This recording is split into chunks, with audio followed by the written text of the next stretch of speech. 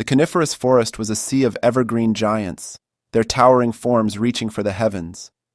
The young man, Adam, had always been fascinated by the woods that surrounded his small mountain town. He had often ventured into the forest, but this time was different. It was a crisp autumn morning, the air filled with the earthy scent of pine needles and fallen leaves. As he walked deeper into the woods, the canopy of trees thickened, casting an emerald-green shadow over the forest floor. His boots crunched on the bed of fallen needles, and with each step, the world seemed to grow quieter. He was on a journey of solitude, seeking clarity and peace in the serenity of nature. Adam had recently faced a series of disappointments and failures. His dreams of becoming a successful writer had crumbled, leaving him adrift in a sea of self-doubt and uncertainty. The forest, with its towering trees and ageless wisdom, seemed like the perfect place to find himself again. Hours passed as he wandered deeper into the heart of the woods, his surroundings becoming more and more unfamiliar. The towering trees, with their moss-covered trunks, all began to look the same.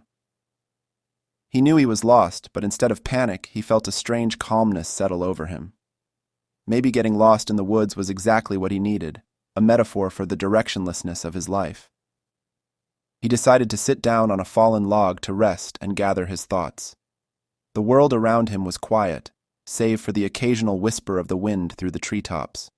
The sunlight filtered through the dense canopy, creating intricate patterns of light and shadow on the forest floor. As he sat there, he noticed a small, vibrant green fern poking out from the base of the log. It was a small but resolute plant, thriving in the midst of the forest's shadows.